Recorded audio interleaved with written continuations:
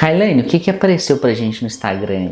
Hoje o Instagram tá muito movimentado aqui, tem bastante perguntas sobre a termoablação. É uma pergunta muito frequente a questão da termoablação. Então vamos esclarecer para todo mundo o que que é a termoablação e como é que é feita aqui a termoablação, né? Então, a primeira pergunta é qual o tempo de recuperação da termoablação?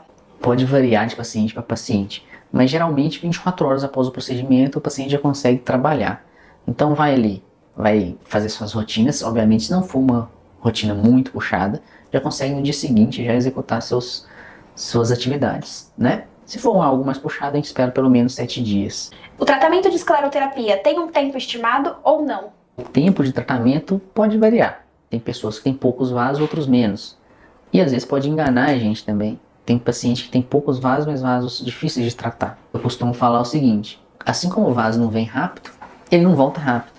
Então pode durar em torno de 3 meses, tá? Que é o mais habitual aí no tratamento de vasinhos. A próxima pergunta é uma menina de 15 anos, ela fala que ela tem muita dor para qualquer tipo de procedimento e ela gostaria de fazer escleroterapia, mas ela tem a dúvida se dói muito e se seria possível com ela ser tão sensível à dor assim. Aqui na Clínica Intervi nós temos o aparelho de anox. O anox é um misturador de gases em que a gente usa oxigênio e óxido nitroso para fazer com que o paciente tenha diminuição de dor e diminuição de ansiedade.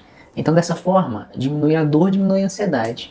Minha amiga falou que as varizes dela, por ser um avermelhado, é mais fácil de sair do que as mais escuras como a minha. É verdade ou não, doutor? Boa pergunta, Helene. Essa pergunta é muito frequente aqui. As varizes avermelhadas, aqueles vasinhos mais finos e avermelhados, eles enganam, né? Esses vasinhos, eles são difíceis de tratar, são difíceis de sair. Então os vasinhos, aqueles que são, às vezes chamam até mais atenção, mais escuros e talvez de um calibre até um pouco maior, eles são mais fáceis de tratar do que os vasinhos mais finos e avermelhados. Então, mais escuro, geralmente, é mais fácil de tratar do que aqueles mais clarinhos. Então a amiga dela deu informação contrária, né? A informação foi o contrário aí. Aí o telefone foi sem fio. Tem uma paciente aqui que falou que ela tomou a hack anestesia para fazer uma cirurgia no qual ela não citou. E aí ela perguntou se a termoablação é feita com hack anestesia, porque ela tem muito efeito colateral quando volta da anestesia. Certo. Tem muito paciente que tem medo de fazer qualquer tipo de cirurgia, qualquer tipo de procedimento, devido aos efeitos da hack anestesia. É uma anestesia na coluna, invade a coluna e tudo mais. A termoablação, a gente faz aqui como um procedimento minimamente invasivo. Como é isso? Nós fazemos uma anestesia local para o paciente, no local de tratamento da veia safena. O que acontece? O procedimento ele fica menos invasivo, não precisa fazer a hack anestesia.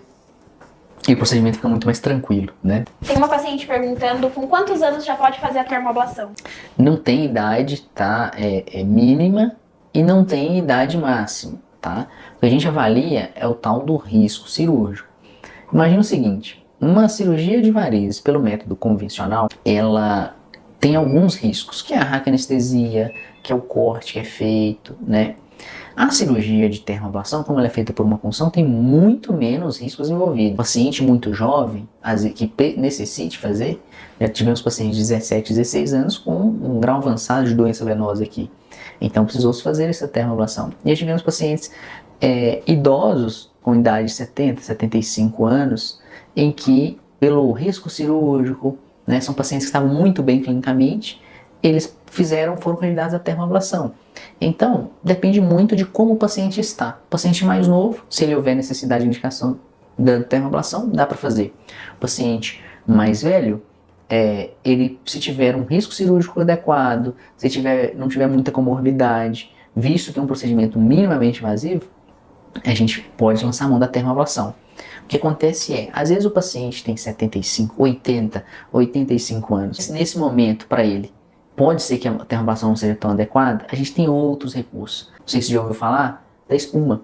A espuma é uma aplicação na veia, aí pode ser veia safena, né? Pode ser uma veia mais calibrosa, em que às vezes chega a abrir até ferida, às vezes manchar a perna, abrir ferida. Então dessa forma, quando a gente faz uma aplicação nessa veia com a espuma, a gente consegue tratar essa doença. Então para tratamento de doença, a espuma ela é uma excelente opção, mas só que quando o paciente está procurando a estética, a espuma talvez não seja o melhor. Então a gente tenta buscar sempre o equilíbrio na consulta. O que incomoda você? A doença ou a estética, ou os dois. Aí a gente tenta adequar o que a gente tem de recurso, de tratamento, ao tipo de doença específica do paciente, também associado às comorbidades, ao risco cirúrgico desse paciente. Resumindo aqui, não basta o paciente ter só a indicação do procedimento de correção daquela veia.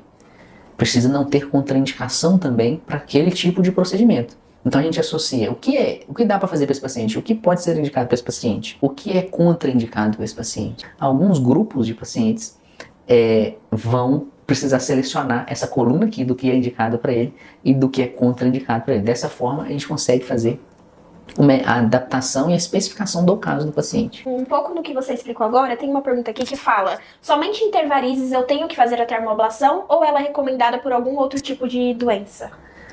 Perfeito. A termoablação, ela é feita por um problema chamado insuficiência venosa. A veia, que em vez de estar voltando o sangue, ele vai do pé para o sentido do coração, em vez de estar voltando esse sangue, às vezes volta um pouco, mas daí volta para o local de origem. Então vai para cima, vai para baixo, vai para cima, vai para baixo, esse sangue fica mais parado. Então dessa forma, tem paciente que tem esse problema, tem a insuficiência venosa, mas só que não tem a apresentação de varizes.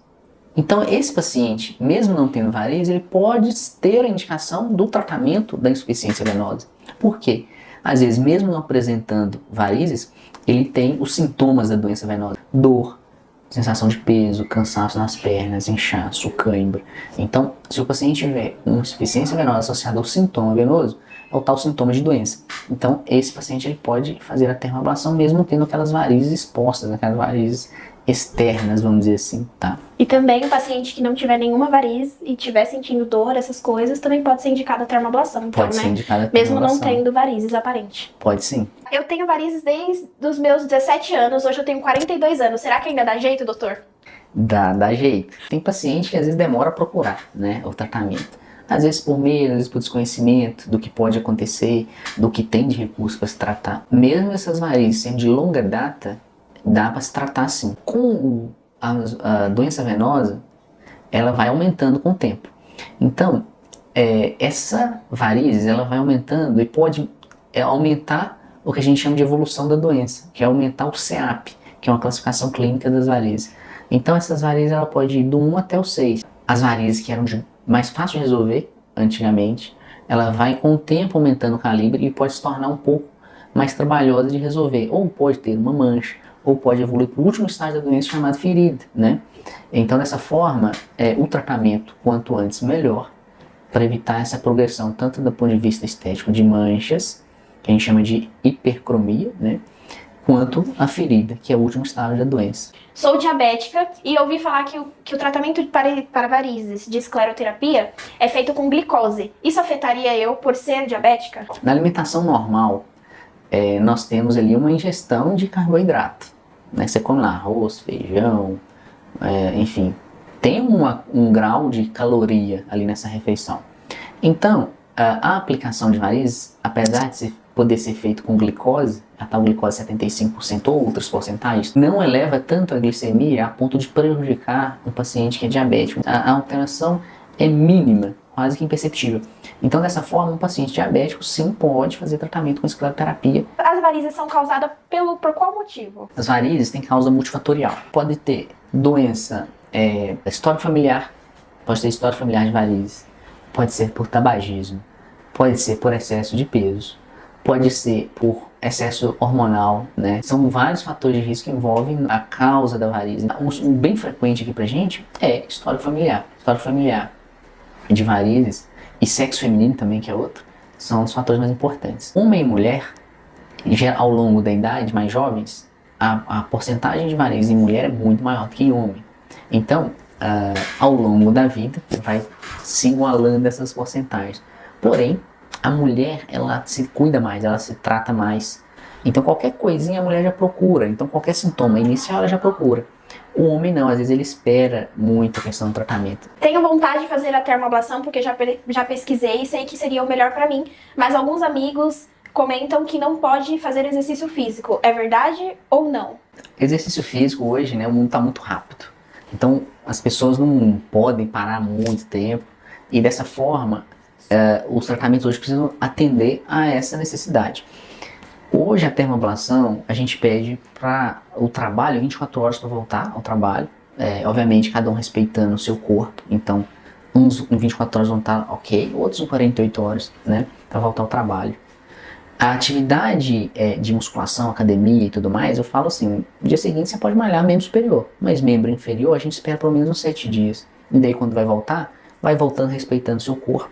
E se tiver algum hematoma, algum roxo, usa meia elástica para ajudar ali no retorno e fazer da forma mais confortável possível a atividade física em si. Legal, obrigada, doutor, por tirar aqui as dúvidas do pessoal do Instagram. Creio que amanhã já tem muito mais para você responder.